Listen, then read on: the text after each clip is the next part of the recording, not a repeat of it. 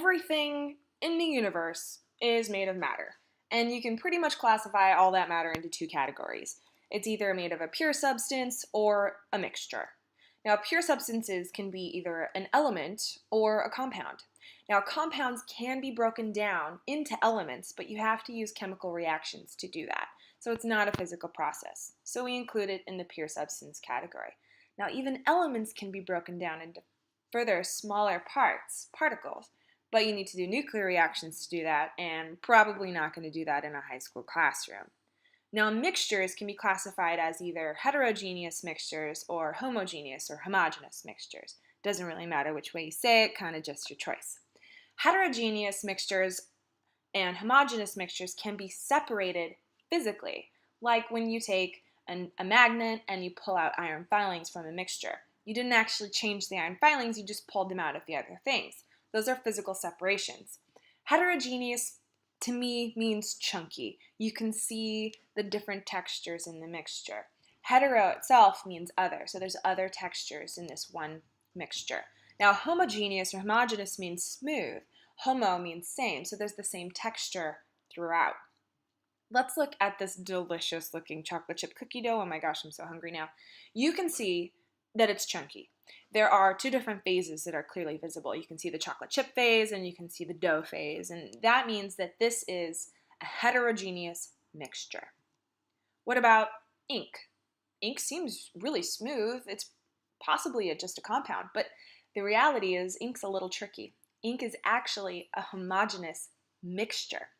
If you separate ink out using chromatography paper or even a paper towel with some water or isopropyl alcohol, you'll see that ink, like black ink especially, is made of multiple different colors, possibly up to 4 different colors. It could have red and yellow and green and blue, and all of those together make it look black.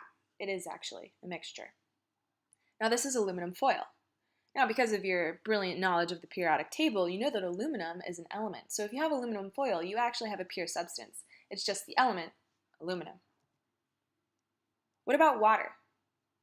Water that's inside of a bottle of water you might drink after playing a game or something.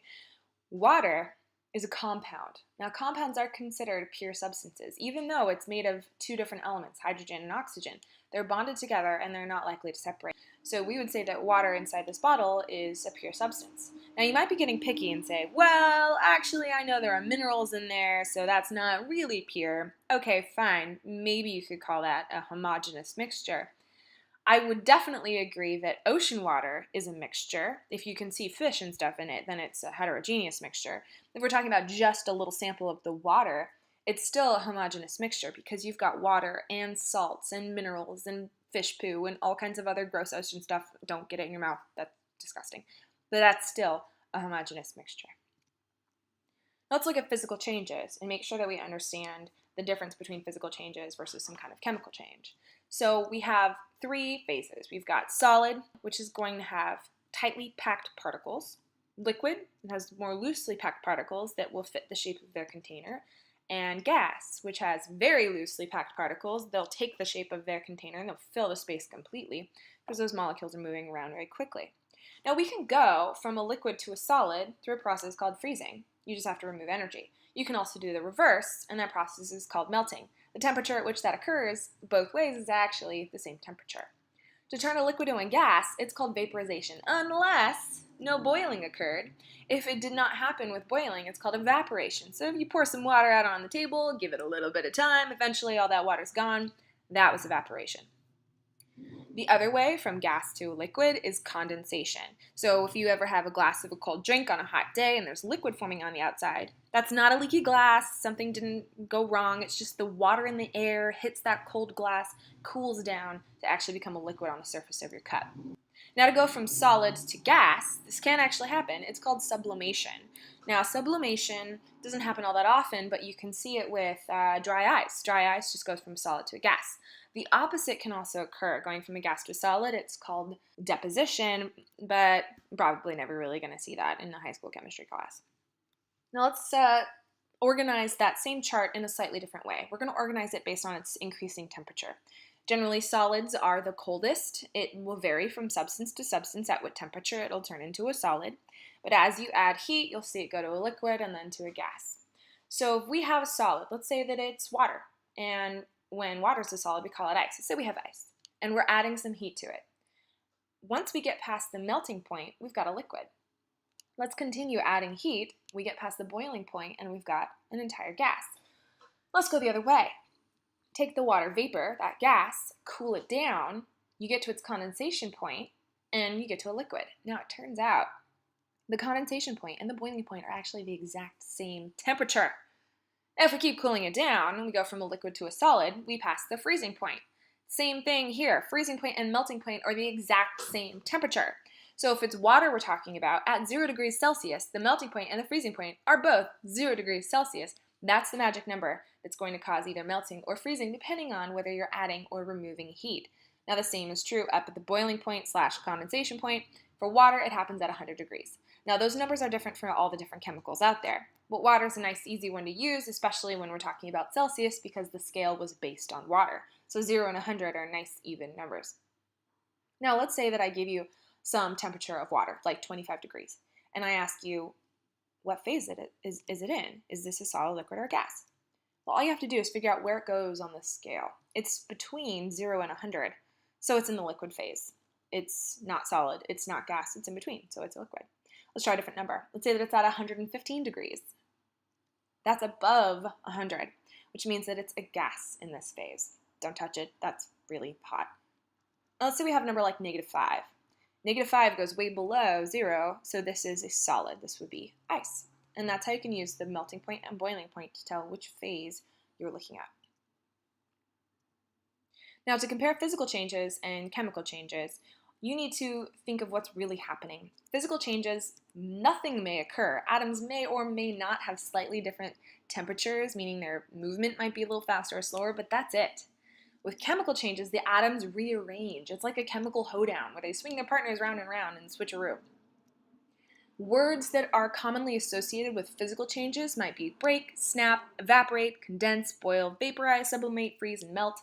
Words that you can associate with chemical change would be burn, bubble, fire, explode, change color, give off or absorb heat, and fizz. Now be careful with the heat thing, because sometimes the giving off and absorbing heat is how you will make a physical change occur, like changing phases.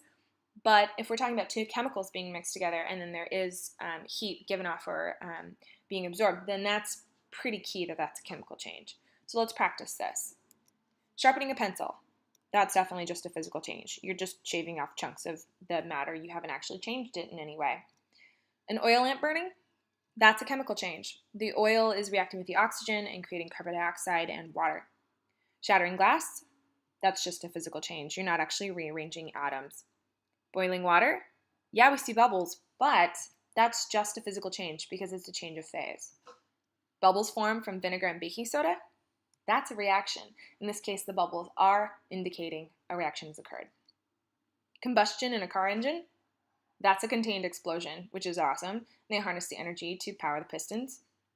Spilled acetone disappears over time. That's nail polish remover, by the way, and that's just evaporation. Water is not the only thing that can evaporate. It's time to zoom in on the matter that we've been looking at and look at the atom even closer. Now I can't actually show you what that looks like, so I'm going to represent it with my awesome drawing here.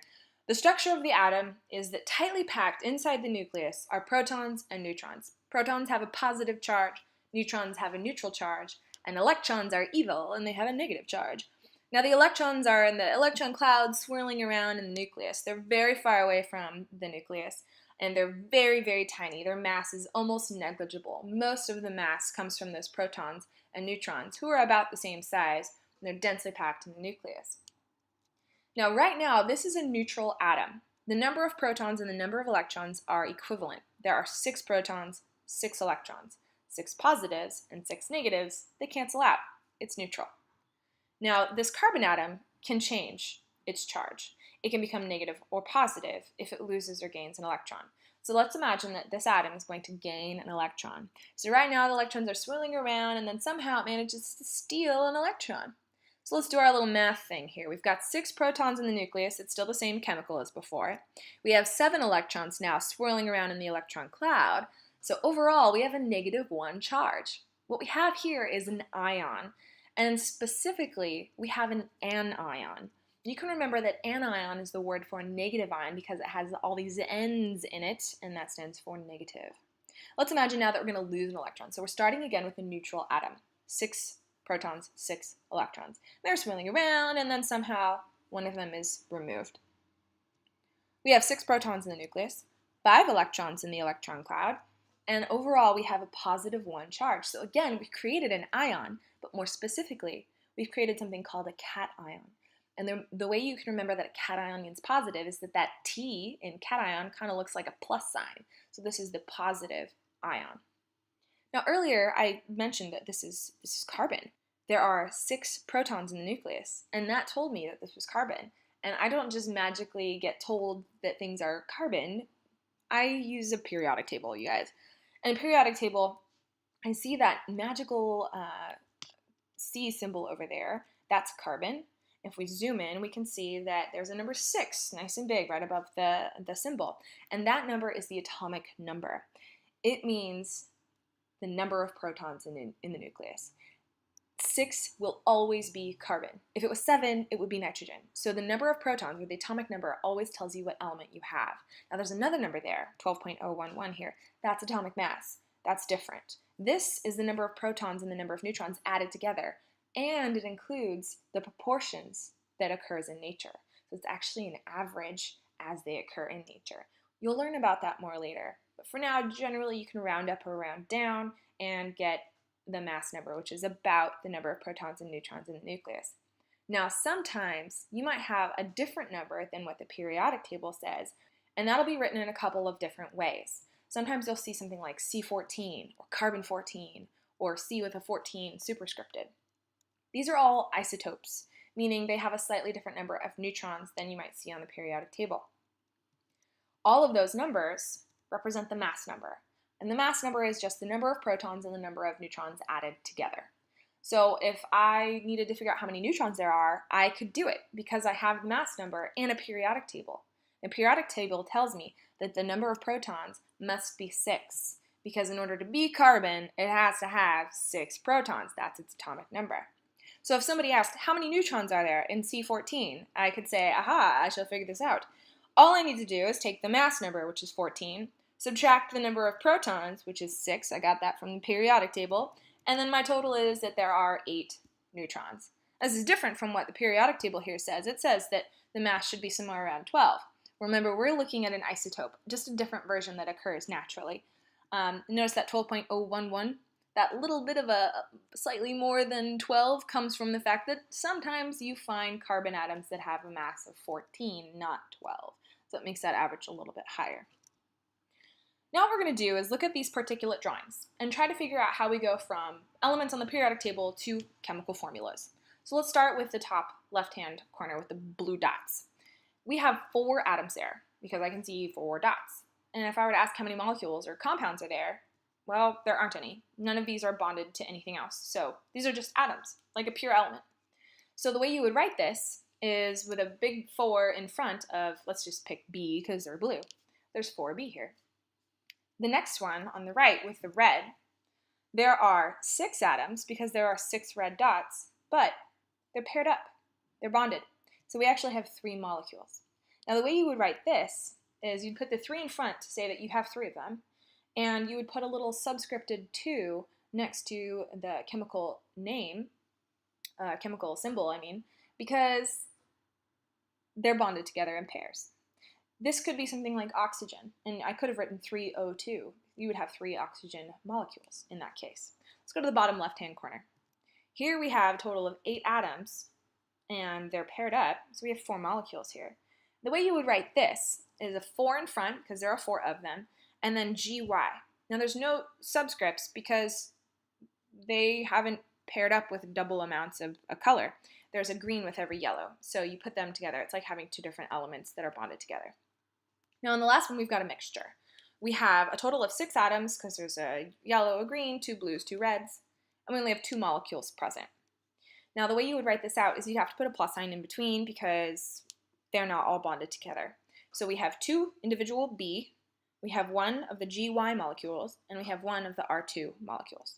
And that's how you would write out a symbol. Now let's try this on a real chemical. Let's take aluminum hydroxide. Now don't worry about how I knew that that was what it was called. You can learn about that later. When we count up what we have, we've got 1 aluminum, 3 oxygens. Now some of you might be saying, wait, how do you know there's 3 and not just 1? Well, see that 3 outside of the parentheses?